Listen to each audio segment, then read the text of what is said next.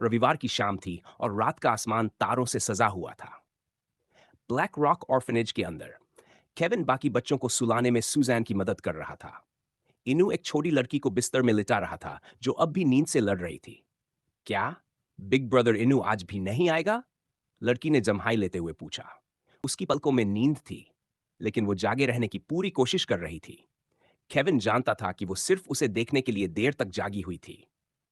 माफ करना, इनू इस हफ्ते थोड़ा व्यस्त लग रहा है, लेकिन वो जरूर आएगा। फिक्र मत करो, तुम्हारे पास उसे देखने के लिए बहुत वक्त है। केविन मुस्कुराया और तब तक वहीं बैठा रहा जब तक वो बच्ची गहरी नींद में नहीं चली गई। ये उसका काम नहीं था, लेकिन बाकी बच्चों से थोड़ा बड़ा होने के नाते वो हर रात सुजान की मदद के लिए खुद ही आगे आता था। उसे पता था कि सुजान के सिर पर पहले से बहुत बोझ है और वो उसका थोड़ा भार कम करना चाहता था। केविन ने गहरी सांस ली। इन्नू ने मुझसे कहा था कि वो तुमसे माफी मांगे कि वो कल और आज नहीं आ पाया। उसने कहा कि हम बाकी बच्चों से भी कहें कि वो अगले हफ्ते इसकी भरपाई करेगा। उसने बताया, जैसे ही वे बच्चों वाले कमरे से बाहर निकले। इन्नू सच में बहुत बदल गया है, सुजैन ने हल्के से मुस्कुराते हुए कहा। वो काफी मेहनत कर रहा है और हमें लेकर बहुत फिक्रमंद है। इससे मुझे खुशी तो होती है, लेकिन कभी कभी चाहती हूं कि वो थोड़ा खुद पर ध्यान दे, अपनी जिंदगी पर। तभी दरवाजे पर हल्की दस्तक हुई। केविन चौंका। इतनी रात को कौन हो सकता था? सुजान ने उसे उसके कमरे जाने को कहा और खुद भागती हुई दरवाजे की ओर गई। बाल बिखरे हुए थे। केविन ने मुस्कुराते हुए सिर हिलाया। इन्नू और हम सब तुम्हारे लिए भी यही चाहते हैं, सुजान। इसी वजह से तो वो इतना मेहनत कर रहा है। लेकिन जिज्ञासा में वह हॉलवे से झांकने लगा। इतनी रात में ऑर्फनेज में कोई मेहमान शायद ही आता था। वो अडॉप्शन के लिए भी नहीं हो सकता था। कोने से झांकते हुए उसने देखा, 3 आदमी दरवाजे पर खड़े थे। उसने उन्हें पहले भी आते देखा था और अब तक ये तय नहीं कर पाया था कि उनका आना अच्छा है या बुरा। सुजैन ने उन्हें अंदर बुलाया और केविन चुपके से हॉलवे में दीवार के पास जाकर खड़ा हो गया ताकि वह सुन सके। क्या आपने हमारे ऑफर पर विचार किया? एक बड़ी आवाज ने कहा। आप अकेले ज्यादा दिन नहीं चला पाएंगी। हाँ, मैं सोच रही हूँ, बहुत सोच रही हूँ। ये जगह सबके लिए घर जैसी है। अगर सबको कहीं और जाना पड़ा तो। माफ कीजिए मैम, दूसरा आदमी बीच में बोला, लेकिन मैं कहूंगा आपका इनकार थोड़ा सेल्फिश है। केविन के दांत भींच गए। किसी अजनबी को सुजान जैसी औरत को सेल्फिश कहते सुनना उसके लिए बर्दाश्त से बाहर था। वो अब तक की सबसे निस्वार्थ इंसान थी जिसे उसने जाना था। लेकिन अगर उसने बीच में कुछ कहा तो सुजैन को ही परेशानी होती। इनू क्या करता? केविन ने सोचा। फिर खुद ही जवाब मिला। वो तो जाकर सीधा कह देता कि अपनी बात ले जाकर कहीं और रखो। केविन के होंठों पर हल्की हंसी आई, लेकिन वो जानता था वो तरीका बहुत खराब होता। सच कहें तो आपके पास पर्याप्त फंड नहीं है, आदमी ने फिर कहा। रास्ते में आते हुए मैंने देखा, ये जगह जगह से टूट रही है। हमारा नया लोकेशन इन बच्चों के लिए 10 गुना बेहतर होगा। और पैसों की बात तो छोड़िए, हमारे बॉस बहुत दयालु व्यक्ति हैं। आज ही उन्होंने एक्स्ट्रा फंड अप्रूव किया है। वो खुद कभी ऐसे हालात में थे, इसलिए वो इन बच्चों की मदद करना चाहते हैं। सच कहें तो इस जगह को रेनोवेट करने से अच्छा है इसे डिमोलिश करके नए सिरे से बनाया जाए। कृपया बच्चों और उनके भविष्य के बारे में सोचिए। केविन की मुठ्ठियां ढीली पड़ गई। आदमी की बातों में सच्चाई थी। सरकारी मदद सालों से बड़ी नहीं थी और महंगाई ने हालात और बदतर बना दिए थे। सुजैन को अपनी जेब से पैसे लगाने पड़ते थे, लगभग बिना किसी कमाई के। बच्चों की संख्या बढ़ रही थी, खर्चा भी। और अब कोई प्राइवेट ऑर्गेनाइजेशन इस जगह को संभालना चाहती थी। सुजैन केविन हॉलवे से बाहर आया और किचन में पहुंचा। सुजैन चौंकी। केविन, तुम यहां? आपको ये डील मान लेनी चाहिए, केविन ने कहा। आपने हमारे लिए पहले ही बहुत कुछ किया है। अब थोड़ी राहत लीजिए। ये लोग हमें बुरी जगह तो नहीं ले जाएंगे, है ना? और अगर चिंता हो तो आप हमसे मिलने आ सकती हैं। कोई भी आपको दोष नहीं देगा अगर आप थोड़ा आराम करें। इससे इन्नू जैसे बेवकूफ को भी आपकी फिक्र कम करनी पड़ेगी। उसकी बातों में मासूमियत थी, लेकिन सच्चाई भी। सुजान के दिल में दो ख्याल चल रहे थे। एक तरफ वो जानती थी ये बच्चों के लिए बेहतर होगा, लेकिन दूसरी तरफ ये जगह, ये बच्चे उसकी जिंदगी का हिस्सा थे। फिर भी केविन की बातों ने उसे तोड़ दिया। आखिरकार उसने कलम उठाई और डॉटेड लाइन पर साइन कर दिया। डील हो चुकी थी। बहुत शुक्रिया मैम, भारी आवाज वाला आदमी बोला। बच्चों गिफ्ट करने में कुछ दिन लगेंगे, तब तक हम आपको सारी जानकारी दे रहे हैं। तीनों आदमी उठे और बाहर चले गए। दरवाजे से बाहर निकलते ही उस आदमी ने फोन निकाला और कॉल मिलाई। Boss, it's done. दूसरी तरफ ब्रैंडन ने फोन रखा और रेवन की ओर देखकर मुस्कुराया। सुबह आंख खुलते ही गैरी को ऐसा लगा जैसे उसने जिंदगी का सबसे लंबा हफ्ता जेल लिया हो। वीकेंड में इतना कुछ हो गया था कि यकीन करना मुश्किल था। रेड कलर गैंग ने स्कूल पर हमला किया था। गैरी ने सिन की जान बचाई थी और जेडन टाइगर से लड़ाई की थी, जो बाद में उसका भाई निकला। हाउलर्स ने पिंसर गैंग पर कब्जा कर लिया था। और इन सब के ऊपर गैरी ने सच में कुछ ऐसा बना दिया था जिसे बीटा वुल्फ कहा जाता है, और खुद को अल्फा में बदल लिया था। 12 दिन बाकी है अगली फुल मून तक।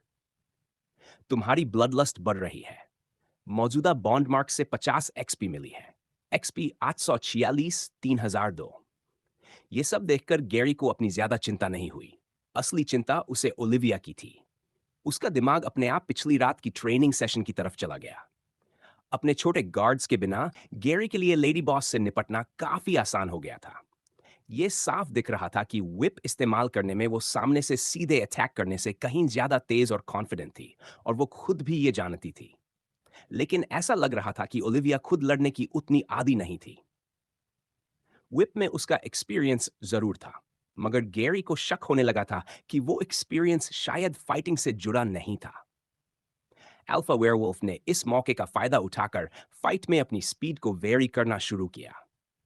कंट्रोल ट्रांसफॉर्मेशन का इस्तेमाल करते हुए वो छोटे छोटे बर्स्ट्स में अचानक मूवमेंट्स कर रहा था, ताकि ओपोनेंट तक जल्दी पहुंचा जा सके और उसे डिजार्म किया जा सके। whip से बचना अपने आप में अच्छी प्रैक्टिस थी। ये हथियार तेज भी था और बेहद दर्दनाक भी, उसकी हाई एंड्योरेंस के बावजूद। स्पीड में बढ़त होने के बाद भी ओलिविया ने उसे कुछ बार सरप्राइज कर ही दिया और एक दो हिट्स लगा दी। दर्द एक अच्छा टीचर होता है, एक ही गलती दोबारा न करने के लिए। इसके बाद गैरी ने ओलिविया को खुद ट्रेन करने की कोशिश की, ताकि समझ सके कि वो असल में क्या कर सकती है। उसकी नेचुरल स्ट्रेंथ वगैरह बड़ी थी, लेकिन वो टीनेजर के लेवल के आसपास भी नहीं थी। गैरी ने अंदाजा लगाया कि वो लगभग उसी लेवल पर थी जिस पर वो खुद पहली बार टर्न होने के बाद था। इसी से उसे लगा कि बिली शायद एक स्पेशल केस था। शायद ये इस बात पर डिपेंड करता है कि टर्न होने से पहले इंसान कैसा था। बिली पहले से ही स्ट्रांग था। जब वो पूरी तरह ह्यूमन था, तब भी मुझे उसे हराने में दिक्कत हुई थी, तो नो वंडर वो इतना मॉन्स्टर निकला। मुझे ये बात याद रखनी चाहिए। लेकिन वो डरता था कि अगर उसने कुछ लिख लिया तो कोई पढ़ सकता है। इसलिए उसने इसे सिर्फ अपने दिमाग में ही नोट कर लिया। दुर्भाग्य से ओलिविया को ट्रांसफॉर्म कराने की सारी कोशिशें नाकाम रहीं। ये समझाना ही मुश्किल था, खासतौर पर तब जब गैरी को एहसास हुआ कि ये सब तो उसका सिस्टम अपने आप संभाल लेता है। उसने दिखाने की कोशिश भी की, लेकिन फिर भी ओलिविया कुछ नहीं कर पाई। None partial transformation, none full. बस एक ही चीज हुई। जब वो पावर एक्टिवेट करने की कोशिश कर रही थी, तो उसकी आंखों का रंग थोड़ी देर के लिए बदल गया। हल्की नीली ग्लो आई और फिर फेड हो गई। गैरी को आधा आधा उम्मीद यही थी। शुरू में वो खुद भी टर्निंग कंट्रोल नहीं कर पाया था। उसे लगा कि बिली ने भी पहली फुल मून के बाद ही ठीक से सक्सीड किया होगा। फिर भी थोड़ी प्रोग्रेस जरूर हुई। उन्होंने कंफर्म कर लिया कि ओलिविया को फास्ट हीलिंग का फायदा मिल रहा था। गैरी ने अपने क्लॉ से उसकी स्किन स्क्रैच की, थोड़ी देर वेट किया और देखा कि वो अपने आप हील हो गई। बेशक इससे ओलिविया की एनर्जी कंज्यूम हुई और उसे भूख लगने लगी, लेकिन सिस्टम नन होने की वजह से वो ये नहीं जान सकती थी कि कितनी हंग्री है। उसे अपने पेट पर ही भरोसा करना था। आखिर में कुछ और चीजें समझने के लिए गैरी ने सिस्टम खोलने का फैसला किया। फैक्ट टैब के नीचे उसे ओलिविया का नाम दिखा। यहीं उसने देखा कि उसका कोई क्लास नहीं था और वो सिर्फ पॉन ग्रेड पर थी। अगर उसके पास भी ये सारी इंफॉर्मेशन है, तो इसका मतलब वो इवॉल्व कर सकती है, राइट? अगर वो स्ट्रांग हुई तो शायद क्लास भी चुन सके, या फिर क्लास मैं चूज करता हूं, या फिर सिस्टम अपने आप असाइन करता है जो उसके लिए सबसे सूटेबल हो। एक और बड़ा सवाल था, उसे लेवल अप कैसे कराया जाए? सिस्टम में इसके लिए कोई अलग स्टैट नहीं था। क्या उसे भी बस लड़ते रहना होगा, जिम जाना होगा जैसे मैं जाता था? गैरी सिर्फ यही अंदाजा लगा पा रहा था। ओलिविया, तुम्हें जिम जाना शुरू करना होगा और रोज 2 किलो मीट खाना पड़ेगा। ये ऑर्डर याद करते ही गैरी का चेहरा लाल हो गया। ओलिविया ने उसे ऐसे देखा था जैसे वो कोई अजीब फ्रीक हो। उसने किसी तरह खुद को संभाला, खुद को याद दिलाते हुए कि वो बस उसका एक्सपेरिमेंट है। अब जब वो उसे गिनी पिग बना चुका था, तो ये सच में किसी गेम जैसा लग रहा था। अगर ये वीआर होता और रियल लाइफ नहीं, तो शायद वो काफी खुश होता। सारे टेस्ट्स के बाद स्कूल यूनिफॉर्म पहनते वक्त गैरी ने आखिरकार फैसला कर लिया, पॉन पॉइंट का क्या करना है। स्टैट पॉइंट्स या स्किल पॉइंट्स में कन्वर्ट करने का टेम्पटेशन बहुत था, लेकिन वो ग्रेड्स के बारे में और जानना चाहता था। ये पॉइंट्स इतने रेयर थे और ग्रेड में डालना सिस्टम के हिसाब से नेचुरल तरीका लग रहा था। उसने सोचा, देखता हूं क्या होता है। अगर फुल मून के बाद ओलिविया के साथ सब ठीक रहा, तो शायद वो दूसरों को टर्न करने के बारे में भी सोचे। उम्मीद थी कि हायर ग्रेड से एक और बीटा वुल्फ बनाने की चांसेस भी बढ़ेंगी। वो फेलियर का रिस्क नहीं लेना चाहता था। एक पॉन पॉइंट तुम्हारे ग्रेड को बढ़ाने में इस्तेमाल किया गया है। क्या बकवास है ये? गैरी जोर से गालियां बकने लगा। गैरी, इतनी सुबह सुबह गालियां क्यों दे रहे हो? एमी ने आंखें मलते हुए पूछा। वो आमतौर पर देर तक नहीं सोती थी, बस उसका भाई ही ऐसा हो गया था जो हर दिन बहुत जल्दी उठने लगा था, ताकि दोनों के लिए ब्रेकफास्ट बना सके। सॉरी, बस यूनिफॉर्म बहुत टाइट हो गई है। लगता है नई यूनिफॉर्म लेना अब टाल नहीं सकता। गैरी ने जवाब दिया और मसल्स फ्लेक्स किए। अचानक उसकी शर्ट लगभग फट ही गई और एक बटन बाहर उछल गया, जो उसे खुद भी उम्मीद नहीं थी।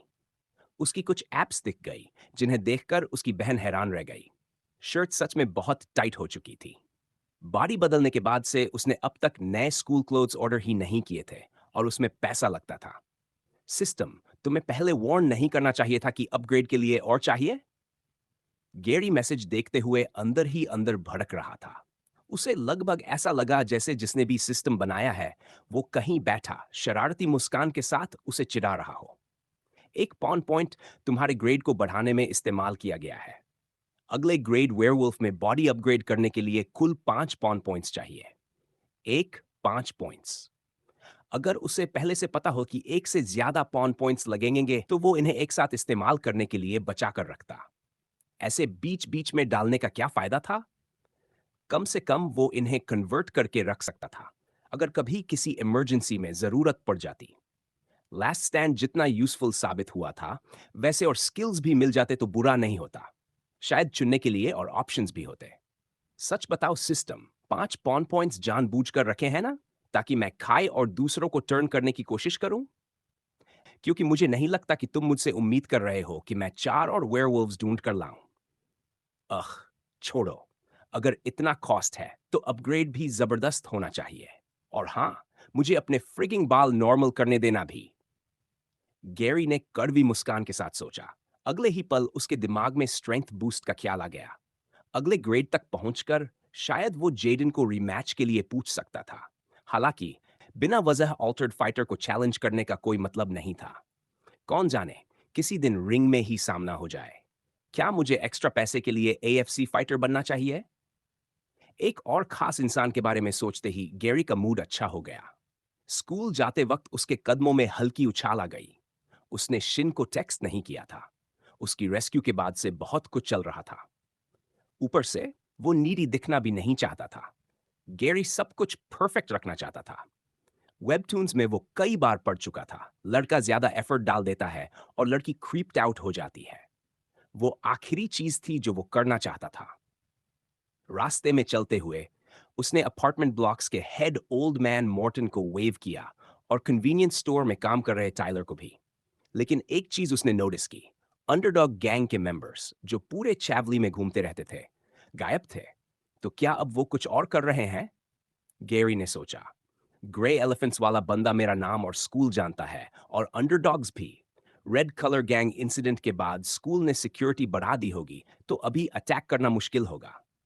एक तरह से उनकी बेवकूफ स्टंट ने मुझे थोड़ी देर के लिए बिग गैंग से बचा लिया, लेकिन हॉक का भाई एमी के स्कूल के बारे में जानता है। मुझे डर है कि वो फिर से उसके पीछे न पड़ जाए। ये सोचकर गैरी ने काय को टेक्स्ट किया, पूछते हुए कि क्या एमी के लिए प्रोटेक्शन अरेंज की जा सकती है।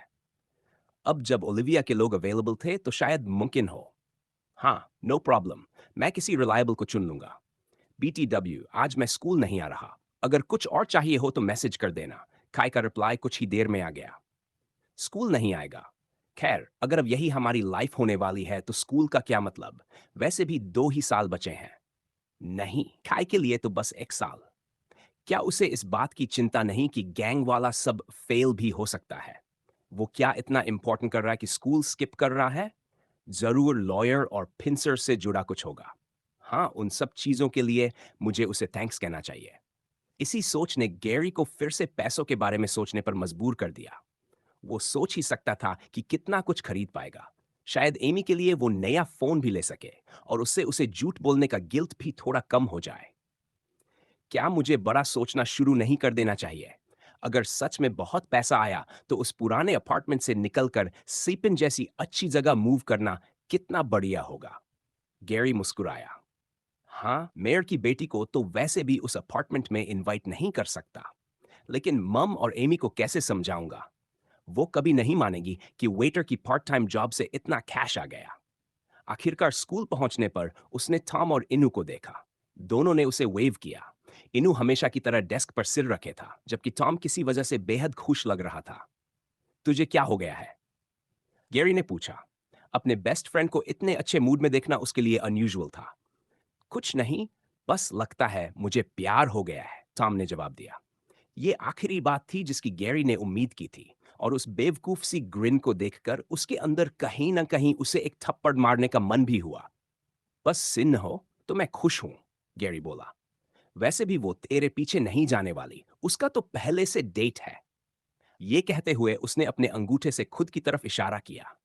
ऊपर से उसकी जान बचाने के बाद उसे पूरा यकीन था कि वो उसके प्यार में पड़ ही चुकी होगी। उसी पल मिस्टर ग्रे क्लासरूम में दाखिल हुए। उनके सिर पर बैंडेज बंधी थी। रेड गैंग के किसी मेंबर की मार से चोट ज्यादा सीरियस नहीं लग रही थी। बैंडेज शायद कुछ ज्यादा ही थी। ऑलराइट, सब सेटल हो जाओ, मिस्टर ग्रे ने कहा। दुर्भाग्य से हफ्ते की शुरुआत हमें कुछ डिसअपॉइंटिंग न्यूज से करनी पड़ेगी। उन्होंने दोनों हाथ डेस्क पर टिकाए। हालांकि वो ज्यादा समय हमारे साथ नहीं रही, लेकिन मुझे बताते हुए दुख हो रहा है कि आपकी फेलो स्टूडेंट शिन क्लोव अब वेस्ट ब्रिज अटेंड नहीं करेगी। मुझे अभी अभी जानकारी मिली है कि उसके पिता ने उसे स्कूल से ट्रांसफर करने का फैसला किया है। उसी वक्त गैरी अपना बैग निकाल रहा था और वो सीधे जमीन पर गिर पड़ा। गैरी शिन को ज्यादा समय से नहीं जानता था। सच कहें तो वो उससे बस कभी कभार ही बात कर पाया था, लेकिन जब भी करता सब कुछ उसे बेहद नेचुरल लगता। उसके पास जाते ही दिल तेज धड़कने लगता था। फिर भी उसकी ऑकवर्ड हरकतों और बेवकूफ से चेहरे के बावजूद शिन कभी डरी नहीं। दूसरों ने उसकी जितनी भी फ्लॉज गिनाई थी, उनके बावजूद उसने उसके साथ डेट पर जाने के लिए हाँ तक कह दी थी। तो क्या वेस्ट ब्रिज में मेरे शानदार फ्यूचर डेज यहीं खत्म हो गए? हे ब्रो, अब क्या करें? सुबह से हिला तक नहीं है, इन्होंने ने कहा, गैरी की आंखों के सामने हाथ लहराते हुए, जो अब तक उसी हालत में जड़ बना हुआ था। हार्ट ब्रेक है, टॉम ने बेबसी से कंधे उचका दिए। इसमें हम कुछ नहीं कर सकते। गैरी का दिल हमेशा से फ्रैजाइल रहा है।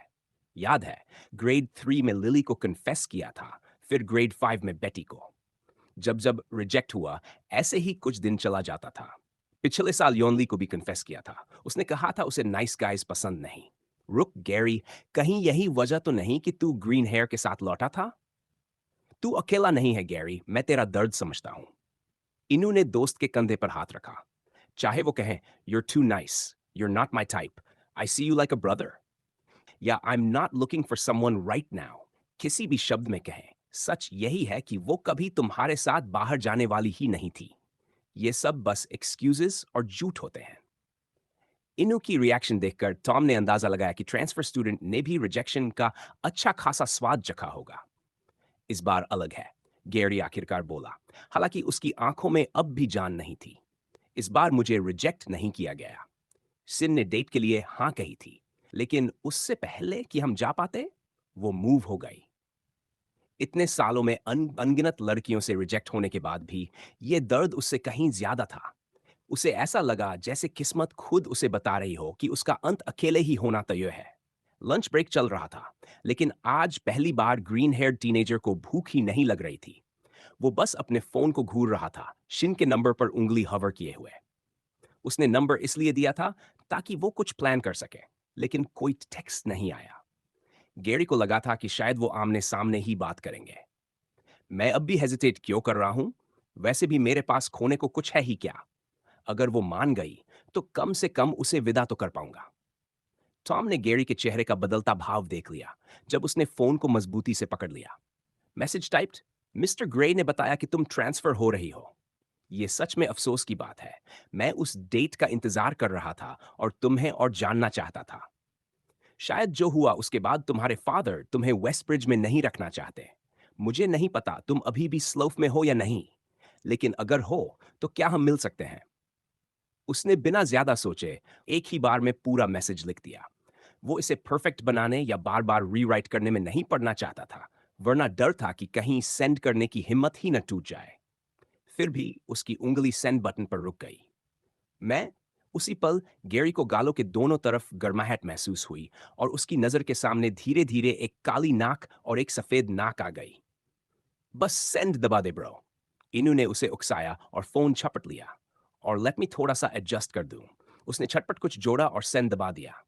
अगले ही पल गैरी ने पूरी स्पीड से फोन छीन लिया। इनू चौंक गया। आह, व्हाट द फक, तूने ये क्यों जोड़ा? गैरी चिल्लाया जब उसने इनू की एडिट पढ़ी। Added line from your Romeo Gary. अब वो मुझे कितना क्रिंजी समझेगी? गैरी ने कंप्लेन किया। फोन को इतना कसकर पकड़ रखा था कि जैसे क्रश ही कर देगा। तभी तीनों ने डिंग की आवाज सुनी। फोन की तरफ देखते हुए टॉम और इनू भी झुक गए। तीनों ने मैसेज साथ साथ पढ़ा।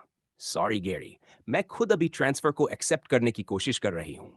टिफनी की वजह से मैं वेस्ट ब्रिज में किसी के करीब आ ही नहीं पाई, तो तुम्हारे अलावा कोई था ही नहीं जिसे बता पाती कि मैं जा रही हूँ। सच कहूं तो ये मानना दुखद है, लेकिन शायद तुम ही वो इकलौते इंसान हो जिन्हें मैं मिस करूंगी। अभी मैं स्लाफ में ही हूँ।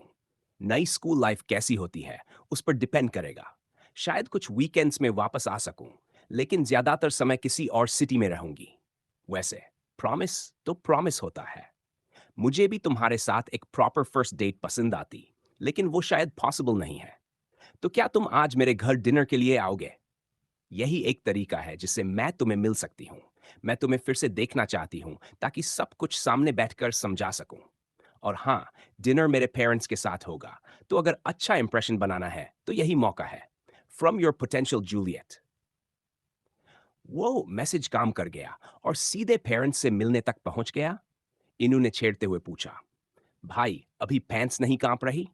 इनू ने गैरी का चेहरा देखा, लेकिन वहां घबराहट नहीं, बस मुस्कान थी। गैरी, क्लियर कर दूं, टॉम ने याद दिलाया।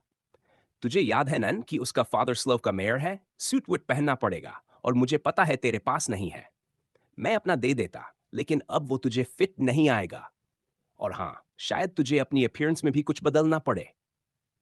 उसकी उंगली गैरी के ग्रीन हेयर की तरफ गई। उसकी खुशी थोड़ी फीकी पड़ गई। सिस्टम की वजह से शायद बाल हमेशा ऐसे ही रहे। वो कुछ नहीं कर सकता था। सूट लेना आसान था, लेकिन उसे सूट्स के बारे में कुछ पता नहीं था। हाँ, एक इंसान था जिसे वो जानता था, जो उसे अच्छा सूट दिला सकता था। गैरी ने फोन निकाला। एक मैसेज सिन को भेजा, डेट एक्सेप्ट करते हुए और टाइम पूछते हुए। दूसरा मैसेज अपने गो टू पर्सन को एक बढ़िया सूट अरेंज करने के लिए। बाकी का दिन जैसे रेंग रहा था। अच्छी बात यह थी कि मिस्टर रूट के हॉस्पिटल में होने की वजह से रग्बी प्रैक्टिस कैंसिल थी। इसका मतलब डेट से पहले प्रेपरेशन का और टाइम। स्कूल से बाहर निकलते वक्त टॉम और इनू के साथ चलते हुए उन्होंने दूसरे स्टूडेंट्स की बातें सुनी। हे, गेट के बाहर जो कार खड़ी है, देखी? हाँ, विंडो से दिखी। सिन के बॉडीगार्ड्स के अलावा इतनी फैंसी कार कभी नहीं देखी। सेलिब्रिटी किसी को पिक करने आया होगा? पता नहीं, पर वो मर्सिडीज बेंज थी और उसकी प्राइस तो आसानी से 100,000 से ऊपर होगी। क्या? हमारी पूरी हाउस वैल्यू से ज्यादा? एक्साइटमेंट फैलता जा रहा था। कौन सा इडियट इतनी महंगी कार खरीदेगा? गैरी ने हंसते हुए कहा, अगर मैं होता तो पैसे बचाता। पर आया कौन है? इनू ने कहा। शिन तो अब स्कूल में नहीं है।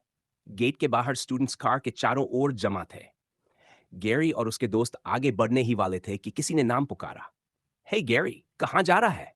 आवाज तरफ से आई। आई गाइस, जरा रास्ता दे दोगे? एक कैरिज्मेटिक आवाज बोली। स्टूडेंट्स तुरंत हट गए क्योंकि उसके पास सूट में खड़ा एक डरावना सा आदमी था। खाई, गैरी चौंक गया। कार के इतने पास खड़ा खाए और आज स्कूल ना आने की बात, ये उसी की कार थी। गैरी जानता था खाई रिच है, लेकिन इतना? अगर इतनी बढ़िया कार थी तो पहले क्यों नहीं बताया? इन्हें बोला। पास आकर उसने देखा कार पूरी ब्लैक नहीं थी। विंडोज और फ्रंट ग्रिल के क्रोम डिटेल्स हल्के गोल्डन थे। गैरी को यह देखकर अजीब सा फीलिंग आया। उसी पल काय ने कीज उछाल दी और गैरी ने मिड एयर पकड़ ली। क्या बोल रहे हो? कार मेरी नहीं है, गैरी की है। सारे स्टूडेंट्स की नजरें ग्रीन हेयर पर टिक गई, टॉम की भी। एक नॉर्मल स्कूल किड ऐसी कार कैसे अफोर्ड कर सकता है? स्टेसी के स्कूल आना बंद करने के बाद से एमी के लिए अपनी स्कूल लाइफ एंजॉय करना लगभग नामुमकिन हो गया था। अपना दिमाग बिजी रखने के लिए टीनेज गर्ल ने पढ़ाई पर और ज्यादा फोकस करना शुरू कर दिया। शायद यही एकमात्र अच्छी चीज थी जो इस सबसे निकल कर आई थी। लंच ब्रेक के दौरान जब एमी अपना होममेड खाना खा रही होती, तब सबसे ज्यादा दर्द महसूस होता। बस कुछ ही दिन पहले तक वह स्टेसी को ब्लेम कर रही थी कि उसने उससे बचने के लिए स्कूल ट्रांसफर कर लिया। लेकिन जब उसे पता चला कि स्टेसी मर चुकी है, तो एमी इस बात से अंदर तक टूट गई कि उनकी आखिरी याद यही थी, स्टेसी का उसे छोड़कर चले जाना। उसे अकेला देखकर उसकी क्लास की कुछ लड़कियों ने उसे अपने साथ बैठकर खाने का इनवाइट भी दिया। दरअसल आज गैरी ने, हालांकि हमेशा की तरह, होममेड लंच बनाकर दिया था क्योंकि वो सस्ता पड़ता था। टेबल पर कुछ पैसे भी छोड़ दिए थे ताकि एमी कैंटीन जा सके। एमी समझ गई कि यह उसका मूड ठीक करने की कोशिश थी, लेकिन उसने मना कर दिया।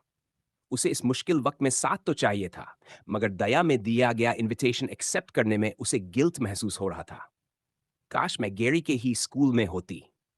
कम से कम कोई तो होता जिससे मैं बात कर पाती। क्या मुझे स्कूल के बाद मम से मिलने जाना चाहिए? ये सोचते हुए उसे पूल क्लब में गैरी की मुस्कान याद आ गई। उसका भाई शायद खुद नहीं जानता था, लेकिन जब भी वो झूठ बोलता, उसकी स्माइल इतनी वाइड हो जाती कि उसकी आंखें उल्टी क्रेसेंट मून्स जैसी लगने लगती थी। एमी जानती थी कि वो सिर्फ उसकी प्रोटेक्शन के लिए ऐसा कर रहा है। फिर भी यह जानकर दुख होता था कि वह सब कुछ अकेले संभालना चाहता है। अगर मैं उस दिन स्टेसी के साथ नहीं गई होती, तो आज गैरी को किसी गैंग से डरने की जरूरत नहीं पड़ती। नहीं, अगर वो अकेली जाती तो शायद उसके साथ कुछ और भी बुरा हो सकता था। स्टेसी, तुमने उस दिन के लिए हाँ क्यों कहा? गैरी तो इतना वरीड भी नहीं लगता। क्या उसने उन लोगों से प्रोटेक्शन के लिए मुलाकात की थी? कोई डील की थी? लेकिन फिर ये समझ नहीं आता। उन्होंने उसे बॉस क्यों कहा? इस वक्त एमी अपनी नोटबुक में लिख रही थी। उसने अब तक जो भी क्लूज इकट्ठा किए थे, उन्हें लिखकर एक स्पाइडर डायग्राम बना लिया था, सारे पॉइंट्स को कनेक्ट करते हुए। उसने जानबूझकर साफ शब्दों में कुछ नहीं लिखा, ताकि अगर कभी कोई उसकी नोटबुक देख भी ले, तो कुछ समझ न पाए। एमी ने एक्रोनिम्स और डूडल्स का इस्तेमाल किया था। बीसी यानी ब्लडी क्लोथ्स एक बर्ड की ड्राइंग से जुड़ा था जो हॉक को रिप्रेजेंट करता था। साथ में एक क्वेश्चन मार्क। वही आगे एक म्यूजिक नोट से जुड़ा था जो कैरोकी क्लब का सिंबल था। और फिर जीई, ग्रे एलिफेंट्स। वह श्योर नहीं थी, लेकिन स्टेसी की डेथ भी इसी टाइमलाइन में फिट बैठती थी। कन्फेशन के थोड़े समय बाद। क्या ये ग्रे एलिफेंट्स का काम था? अगर हाँ, तो क्या वो मेरे पीछे भी आएंगे? लेकिन इतना दूर क्यों जाएंगे? उनके पास तो गैरी की इंफॉर्मेशन पहले से है। उन्हें पता है वो किस स्कूल में जाता है। क्या उन्हें पता है वो दिखता कैसा है? उन्होंने मुझसे तो ऐसा कुछ नहीं पूछा। और फिर उस दिन स्टेसी के बारे में जानने के बाद गैरी ने क्या किया था? फिर से उसके कपड़े खून से सने हुए थे। क्या ये सब कनेक्टेड है?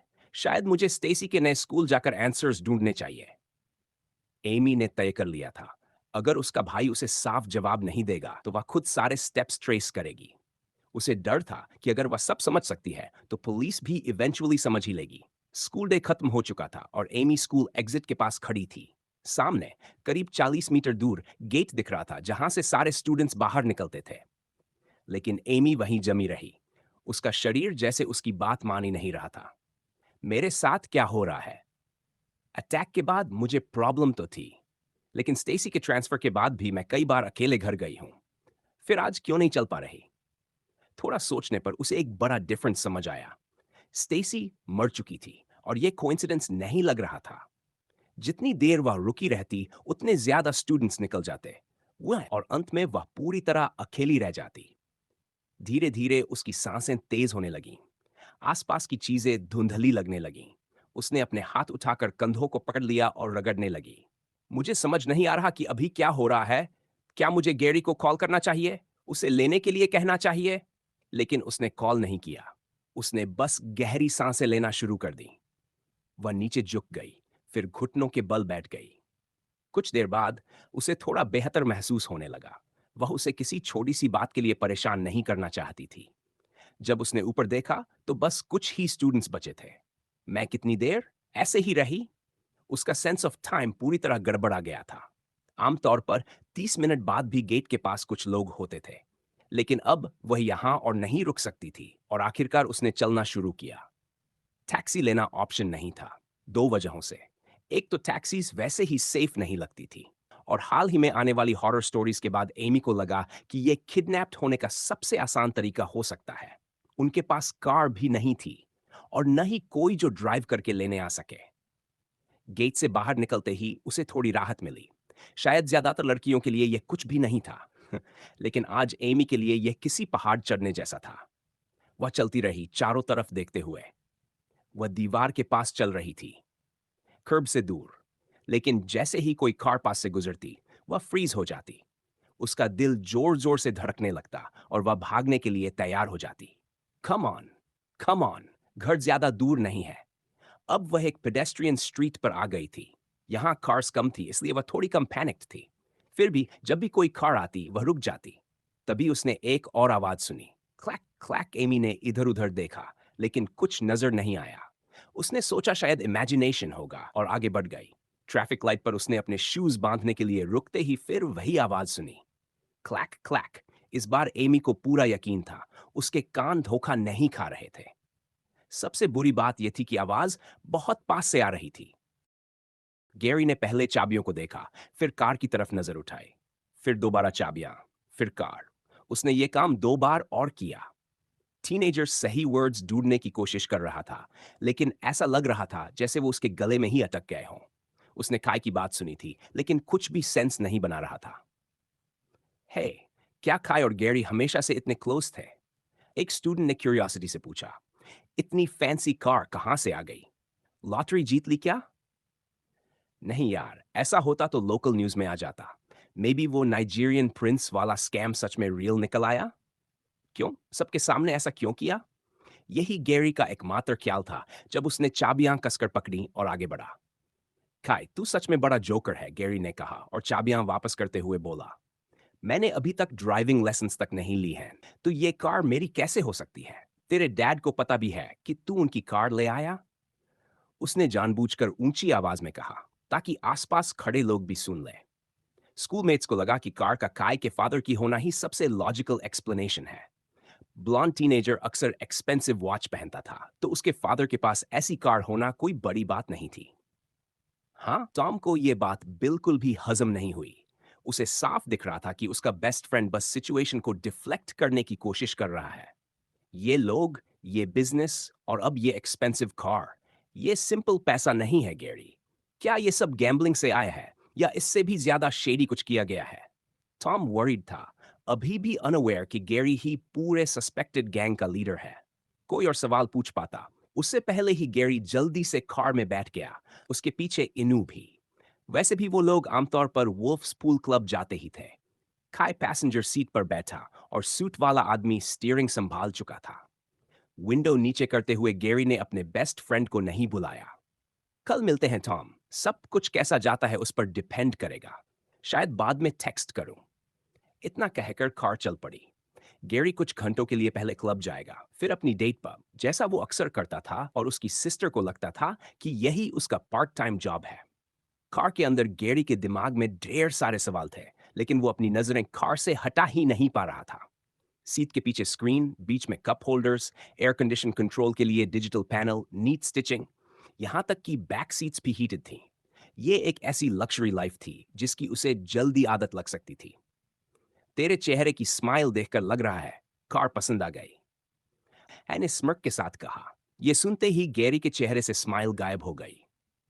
काय, तूने ने सीरियस टोन में पूछा, तूने ये कार क्यों खरीदी? स्कूल आया और सबको बताया कि ये मेरी है? क्या तू मेरी लाइफ बदलने की कोशिश कर रहा है?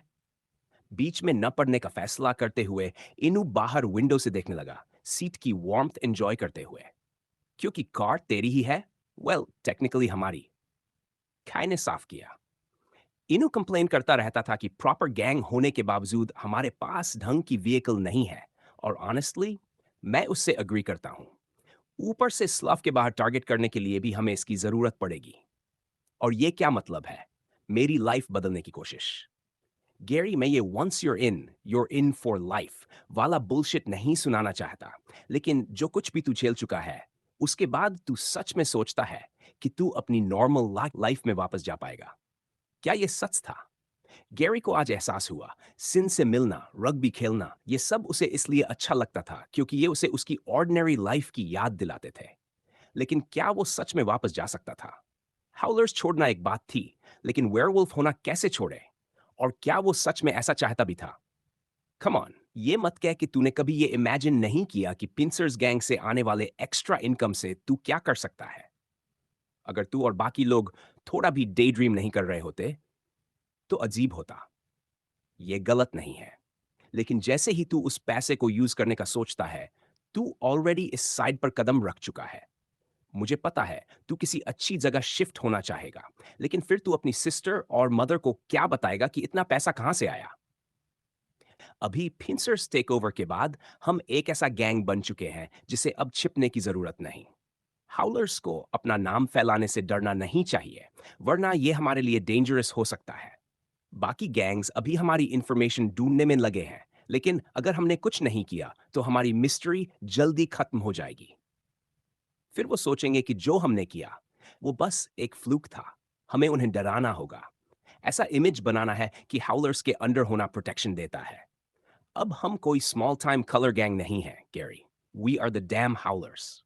काय की आवाज में प्राइड साफ छलक रहा था। काय को सुनते हुए गैरी को एहसास हुआ कि वो हमेशा फ्यूचर की तरफ देखता है। उसका हर डिसीजन किसी बड़े एम्बिशन की तरफ एक कदम होता है। शायद इसी वजह से वो आज स्कूल नहीं आया था।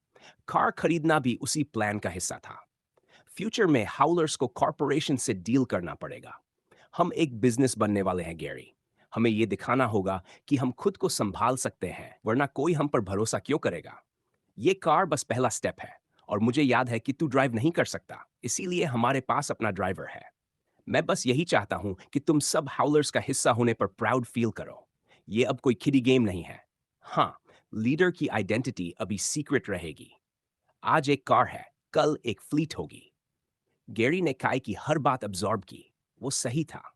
गैरी खुद भी पैसे का यूज अपने फायदे के लिए सोच रहा था, लेकिन एक 16 साल के लड़के के तौर पर वो नॉर्मल लाइफ की चाह छोड़ नहीं पा रहा था। जबकि वो जानता था कि जिसने किसी को मार दिया हो, उसके लिए नॉर्मल लाइफ पॉसिबल नहीं होती। तभी कार कन्वीनियंस स्टोर के पास से गुजरी, जहां टाइलर काम करता था। एक पल के लिए गैरी ने उसे विंडो से उनकी कार को घूरते देखा।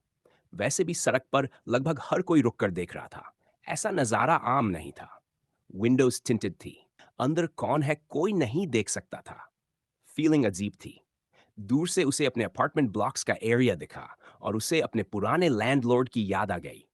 काय, अगर हमारे पास ये कार खरीदने लायक पैसा है, तो क्या हम वो अपार्टमेंट ब्लॉक्स और अभी जो शॉप्स हम क्रॉस करके आए, उन्हें खरीद सकते हैं? गैरी ने थोड़ी हेजिटेशन के साथ पूछा। इनू के दिमाग में भी ऑर्फनेज का ख्याल आ गया। शायद वो उसे खरीद कर अपग्रेड कर सकते थे, ताकि सुजैन को कभी वरी न करनी पड़े। खाई के जवाब से पहले कुछ पल की खामोशी रही, और जवाब एक सरप्राइजिंग नो था। गैरी, हमारे पास पैसा जरूर है, लेकिन अनलिमिटेड नहीं, और हम चैरिटी भी नहीं है। क्या सच में तुझे लगता है वो प्लेसेस इतना प्रॉफिट देती हैं?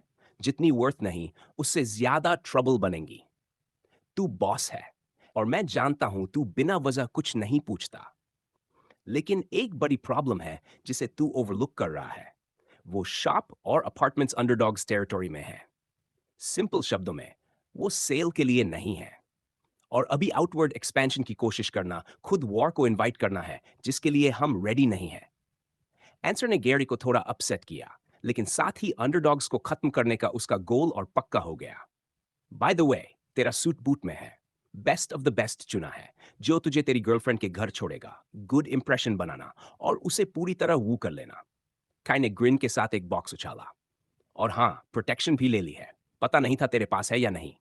तुझे कैसे? गैरी ने दाई तरफ देखा।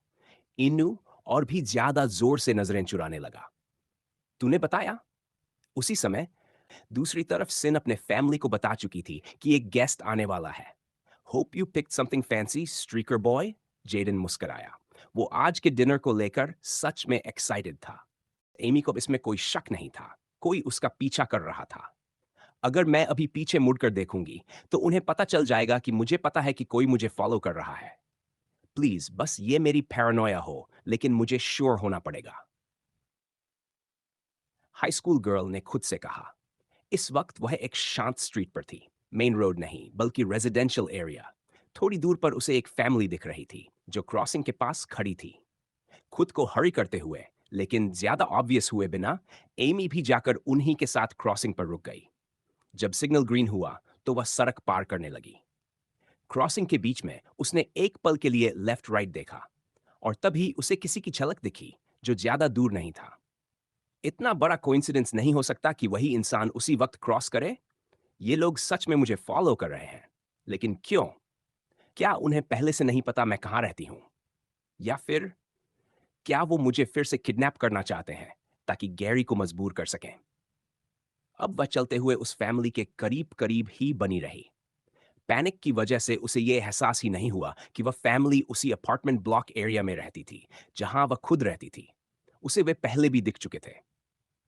नॉर्मली ये अच्छी बात होती, लेकिन इस सिचुएशन में वह अनजाने में उन्हें ठीक उसी जगह ले जा रही थी, जहां फॉलो करने वाले लोग पहुंचना चाहते थे।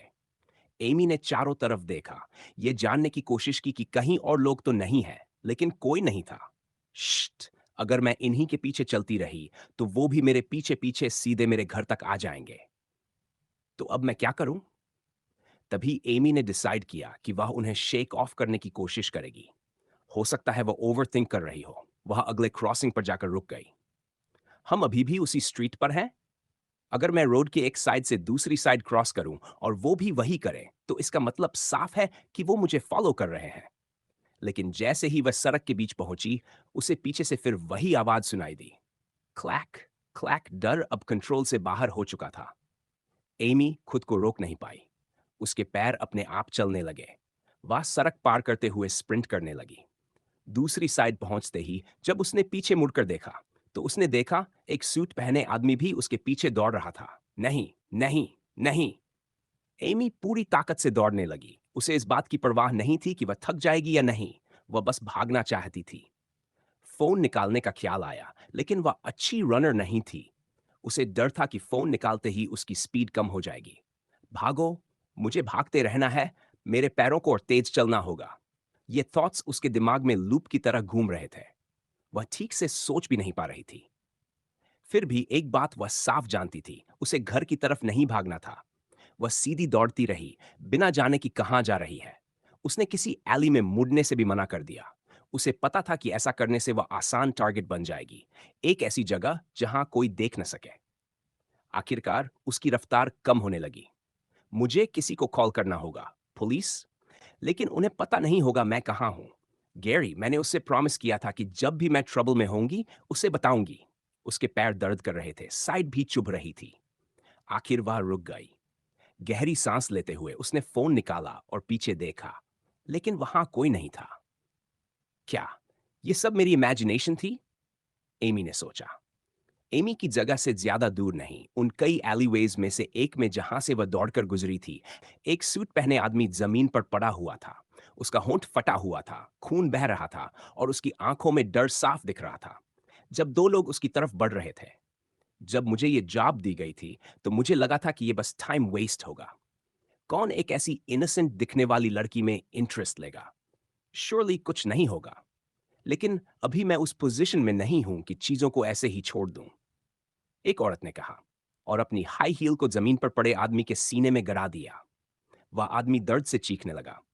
जब औरत ने हील को घुमाना शुरू किया, अगले ही पल दो और आदमियों ने उसका मुंह बंद कर दिया, जबकि तीसरा एली के एंट्रेंस पर खड़ा था। मैंने इस पर सोचा, अगर मुझसे उस लड़की की प्रोटेक्शन के लिए कहा गया, तो वो जरूर इंपॉर्टेंट होगी। और अनफॉर्चुनेटली तुम्हारे लिए मैंने डिसाइड किया कि मैं खुद आऊं। अब तुम मुझे दो बातें बताओ। तुम किस गैंग से हो, और तुम उसका पीछा क्यों कर रहे थे? तुम्हारे पास चॉइस है। इसे आसान बनाना है, या हमें तुम्हें कन्विंस करने देना है। सेकंड ऑप्शन चुनने के लिए फ्री हो, लेकिन मैं गारंटी देती हूं, तब मौत तुम्हें एस्केप जैसी लगेगी। ओलिविया ने बड़ी सी मुस्कान के साथ कहा, अपनी सिस्टर को लेकर अभी भी वरीड गैरी ने काई से कहा था कि बस इन केस उसकी प्रोटेक्शन अरेंज कर दे। अपर क्लासमैन आज बिजी था, इसलिए उसने ये काम नेचुरली अपनी नई रिक्रूटेड रीइंफोर्समेंट को सौंप दिया था। लेकिन उसने भी नहीं सोचा था कि लेडी बॉस खुद बाहर निकलेगी। वे लोग डिस्टेंस बनाए हुए थे, ये सोचकर कि कुछ नहीं होगा। आखिर उन्हें पता ही नहीं था कि ये लड़की कौन है या उसका हाउलर्स गैंग से क्या रिलेशन है। लेकिन ओलिविया को बताया गया था कि यह ऑर्डर गैरी की तरफ से है, और यही वजह थी कि उसने इसे पूरी सीरियसनेस से लिया। एलीवे में मफल्ड चीखें और कराहें गूंजती रहीं जब ओलिविया और उसके लोग अपना काम कर रहे थे। आखिरकार उन्होंने उस आदमी से हर वो जानकारी निकलवा ली जो निकल सकती थी। अनफॉर्चुनेटली वह उतना ही क्लूलेस निकला जितने वे खुद थे। अपने हाथों से खून साफ करते हुए ओलिविया ने सड़क की तरफ देखा तो ग्रे एलिफेंट्स ने इस आदमी को हायर किया था। सवाल यह है कि इतनी बड़ी गैंग एक लड़की के पीछे क्यों पड़ी है और इसका हाउलर से क्या रिलेशन है। ऊपर से अगर उन्हें कुछ करना ही होता तो वो खुद कर सकते थे। उन्होंने किसी और को हायर करने के लिए इतना झंझट क्यों किया? You howlers already seem to have enough trouble. शायद ये सच में इंटरेस्टिंग होने वाला है। उसी स्ट्रीट पर आगे जहां बाकी लोग थे, एक आदमी लेदर जैकेट और सनग्लासेस में खड़ा था। मुस्कुराते हुए सब कुछ ऑब्जर्व कर रहा था। तो लड़की के पास प्रोटेक्शन है, और अगर मेरी आंखें धोखा नहीं खा रही तो वो औरत ओलिविया पर्ल थी, फाइंसर्स की लीडर। हालांकि रूमर्स के मुताबिक अब फॉर्मर लीडर। लेकिन जिस तरह से वो खुद सामने आई है उसमें कुछ न कुछ सच्चाई जरूर है। अब सवाल यह है, हाउलर्स ने इस लड़की की प्रोटेक्शन के लिए इतना सब क्यों किया? That's interesting, very interesting. मुलाकात का समय आ चुका था और आखिरकार गैरी के लिए वोल्फ्स पूल क्लब से निकलने का वक्त आ गया। बेसमेंट से सीढ़ियां चढ़ते हुए नया सूट पहने गैरी ने हल्के से अपने कफ्स ठीक किए। तो मैं कैसा लग रहा हूं? गैरी ने अपने गैंग मेंबर से उनकी राय पूछी। सब उसे बस घूरते ही रह गए। सूट लगभग परफेक्ट फिट था, जैसे खास उसी के लिए टेलर किया गया हो। क्लासिक ब्लैक सूट, सफेद शर्ट और काली टाई। इससे ज्यादा प्रेजेंटेबल गैरी कभी नहीं लगा था। तू पूरा का पूरा मॉब बॉस लग रहा है, इनू एक्साइटमेंट में बोल पड़ा। यह सुनकर गैरी समझ नहीं पाया कि इसे कॉम्प्लीमेंट माने या नहीं। आखिर वह शिन के पेरेंट्स पर अच्छा इंप्रेशन डालने जा रहा था, किसी गैंगस्टर मीट पर नहीं।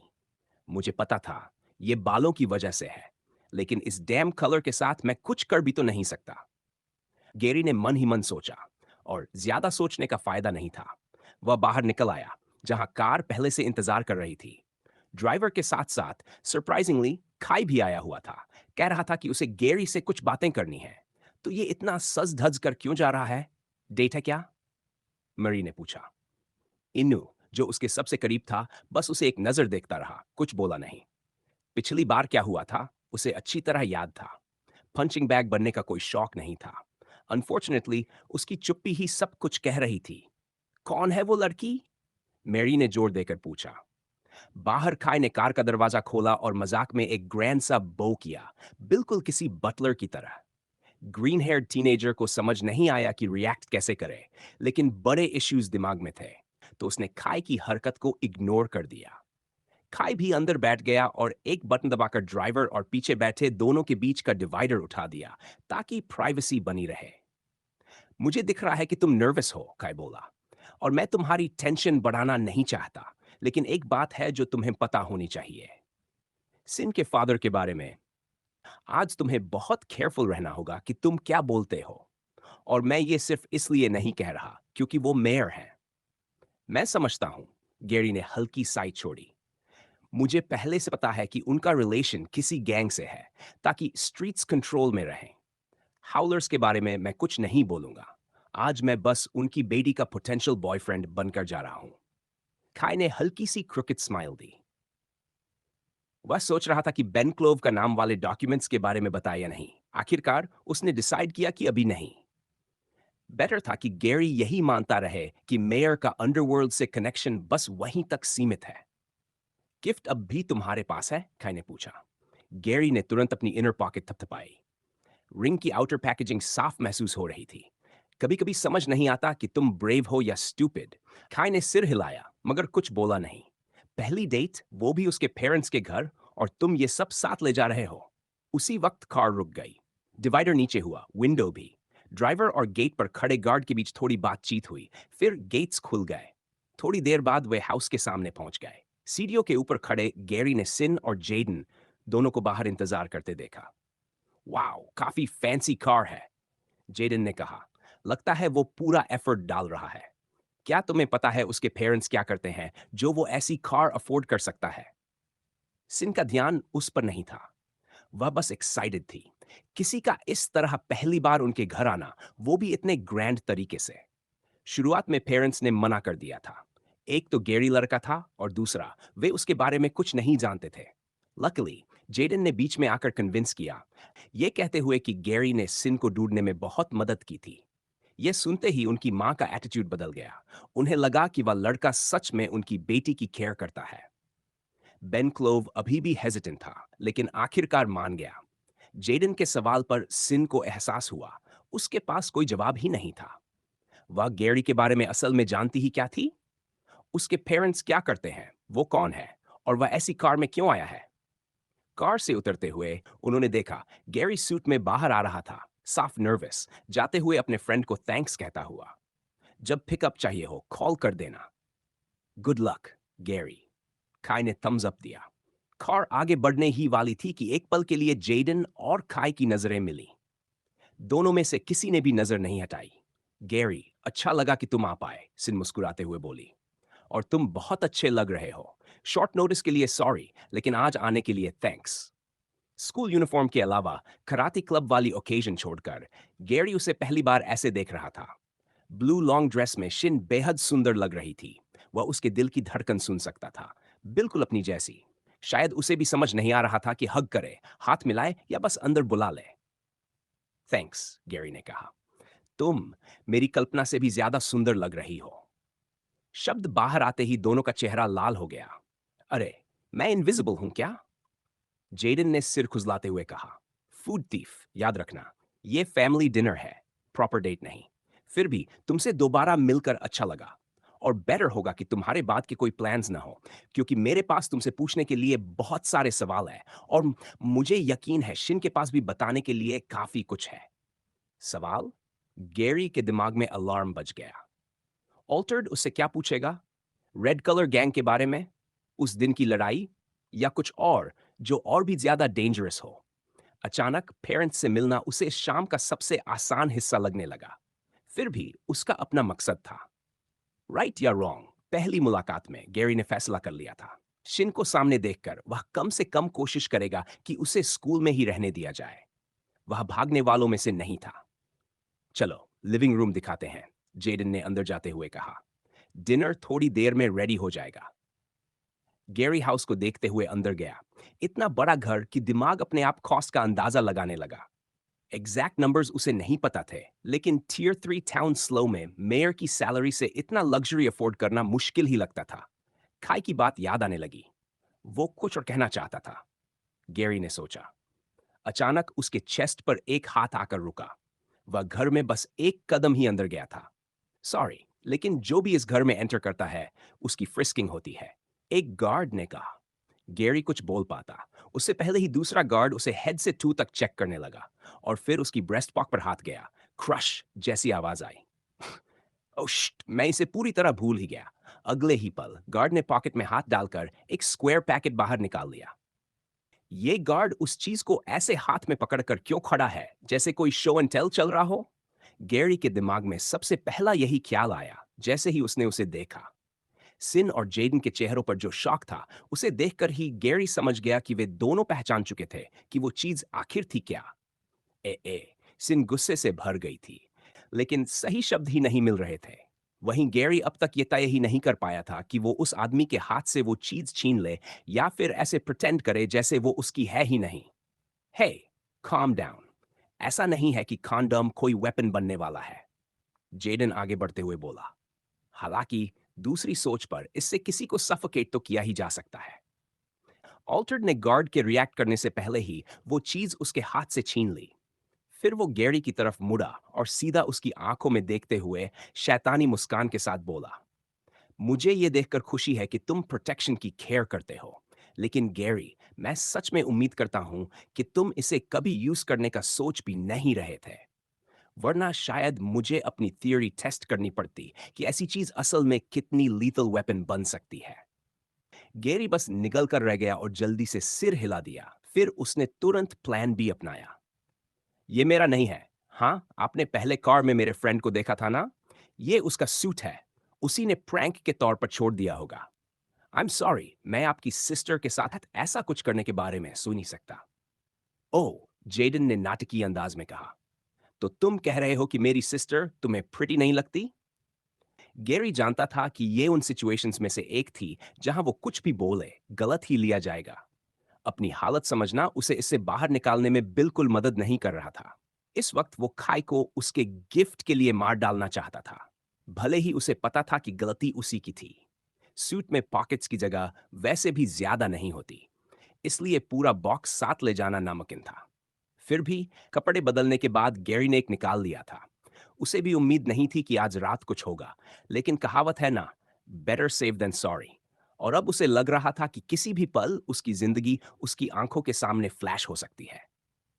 अच्छी बात यह थी कि शिन भी वहीं थी और उसने उसे बचा लिया। उसने अपने भाई का कान पकड़कर खींचा।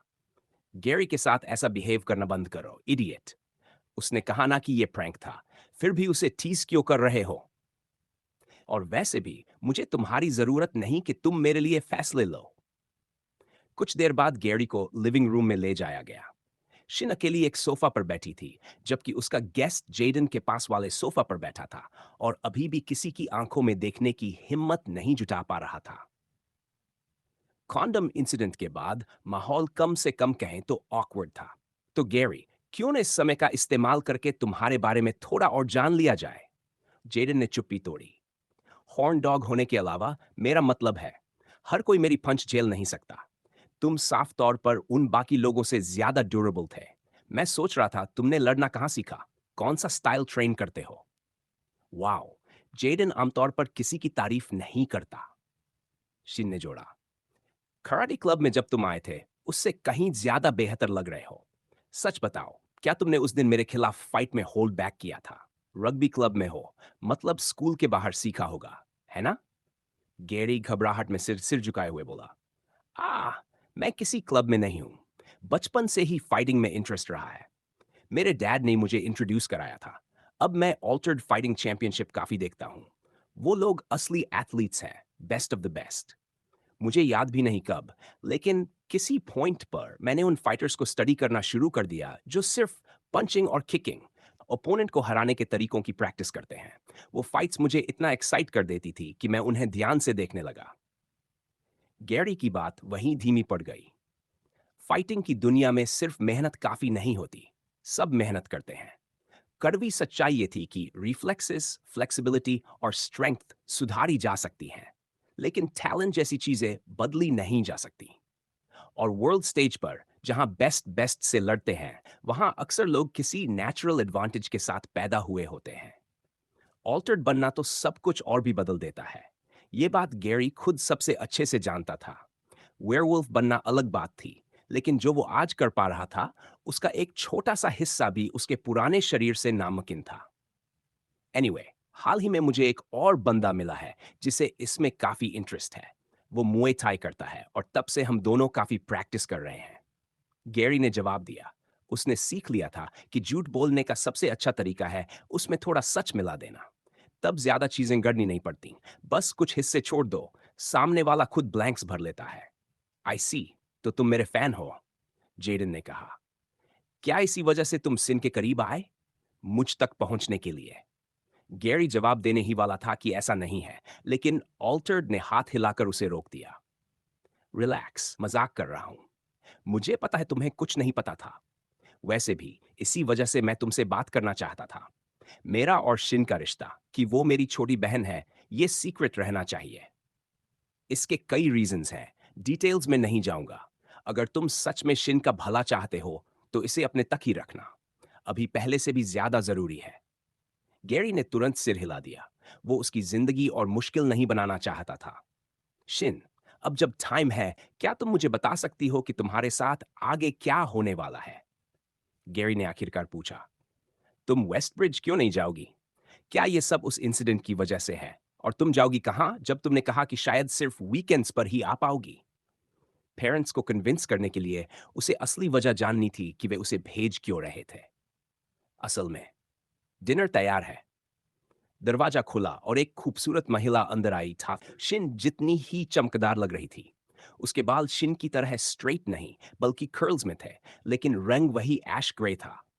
साफ दिख रहा था कि शिन को उसकी गुड लुक्स कहां से मिली थी। ओह! महिला ने गैरी को देखते ही हाथ जोड़ते हुए मुस्कान के साथ कहा। और ये यंग मैन आज हमारे साथ जॉइन करने वाला है। सॉरी, मैंने इंट्रोड्यूस नहीं किया। मेरा नाम नटालिया क्लोव है।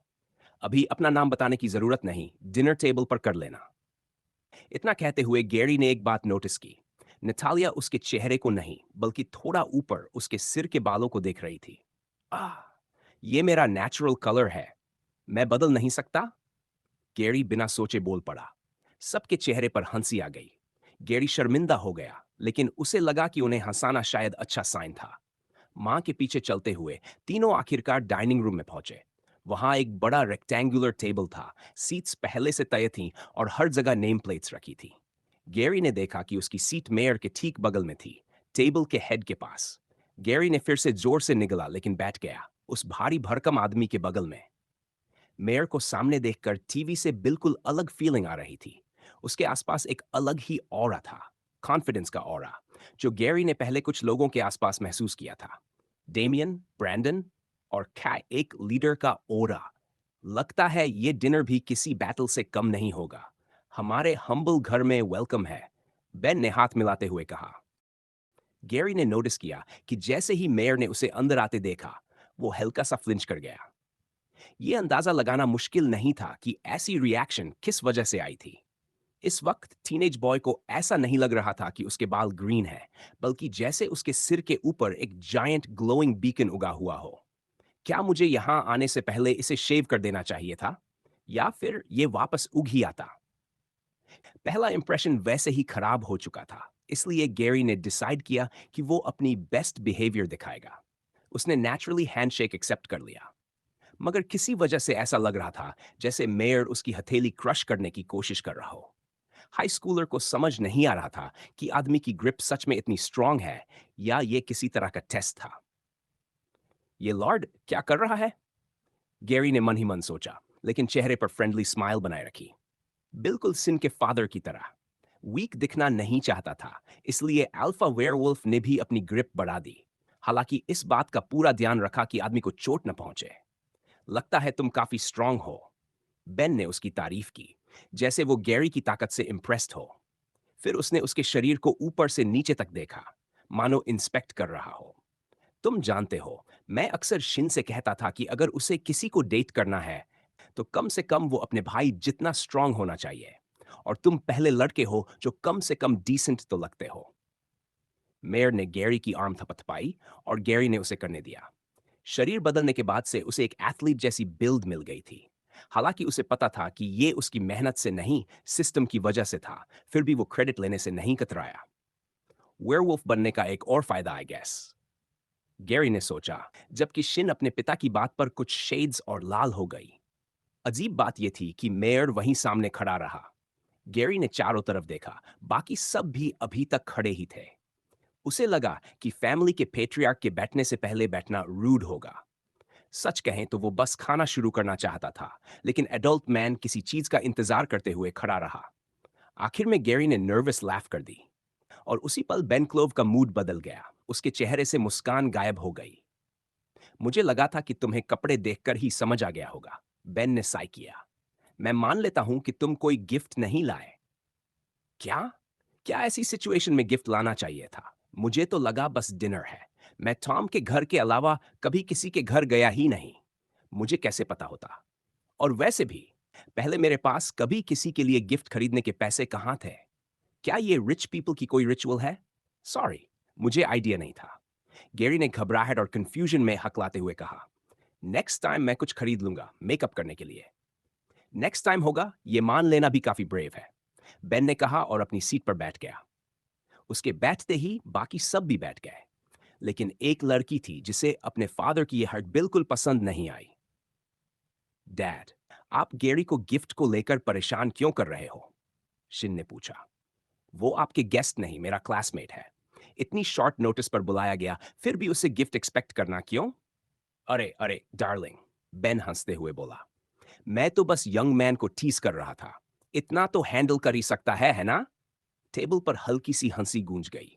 गैरी भी नर्वस होकर हंसा, लेकिन उसे पूरा यकीन था कि मेयर मजाक नहीं कर रहा था। अब वो अपने डिसीजन पर दोबारा सोचने लगा था कि क्या इस आदमी को कन्विंस करने की कोशिश करना सही था। खुशकिस्मती से उसी पल खाना सर्व कर दिया गया और गैरी को थोड़ी राहत मिली। जितनी भी भूख लगी थी, उसने शिन के फादर के फर्स्ट बाइट लेने का इंतजार किया, लेकिन वहीं उसकी मैनर्स खत्म हो गई। बाकी सब उसके खाने के तरीके को घूरने लगे, क्योंकि वो बड़े बड़े बाइट्स ले रहा था, जैसे कोई उसका खाना छीन लेगा। वो ऐसा खा रहे हो जैसे हफ्तों से कुछ खाया ही नहीं, जेन ने कहा। तुम भी मेरी तरह बिग ईटर लगते हो, तभी तो उस दिन मेरा सारा खाना चुरा लिया था। He did what? सिन की मां शॉक में चौंक गई। माय बैड, स्टोल शायद सही वर्ड नहीं है। पहली बार जब मैं गैरी से मिला तो मैंने उसे अपने होटल बुलाया था। मैंने कहा था कि जो चाहे ले सकता है, बस ये नहीं सोचा था कि वो पूरी फ्रिज साफ कर देगा। वेट, तुम दोनों पहले मिल चुके हो? शिन ने अचानक क्यूरियस होकर पूछा। कब? आ, वो तब जब मैं तुम्हें पिकअप करने गया था, जेडन ने एक्सप्लेन किया। लेकिन तुमने टेक्स्ट किया था कि तुम्हें ऑलरेडी लिफ्ट मिल गई है। फिर वो मुस्कराया। एक्चुअली काफी फनी स्टोरी है। मैं वापस मुड़ने ही वाला था कि मेरी हेडलाइट्स ने एक पेल व्हाइट। टेबल के उस पार से एक अजीब सी हीट महसूस हुई। डैगर जैसी नजरें उस पर जमी थीं। जेडन ने देखा कि गैरी सिर हिला रहा है, आंखों से इशारा कर रहा है। मत बोलो, नेवर माइंड। जेडन ने बात रोक दी। अब सोचता हूं तो ये उन चीजों में से है जो सिर्फ उस मोमेंट में फनी लगती हैं। कमरे में फिर से चुप्पी छा गई। खाने पर कमेंट होने के बाद गैरी ने अपनी स्पीड कम कर दी और ऑल्टर्ड के पेस से खाने लगा। ये आसान नहीं था, खासकर इसलिए क्योंकि खाना उसके रोज के खाने से कहीं ज्यादा टेस्टी था। उसे तो ये तक मन हुआ कि कुछ सेकंड्स पैक करवा ले ताकि एमी के साथ शेयर कर सके, लेकिन उसने ऐसा नहीं किया। डर था कि कहीं उनकी नजर में उसकी इमेज और न गिर जाए। क्या भाई उस रात की बात कर रहा है जब हम मॉन्स्टर से अटैक हुए थे? क्या वही दिन था जब उन दोनों की पहली बार मुलाकात हुई? और उसी दिन टॉम भी गैरी को ढूंढ रहा था, है ना? फिर वो उस एरिया में क्या कर रहा था? सिन ने सोचा। वो उस रात के बारे में जेडन से और पूछना चाहती थी।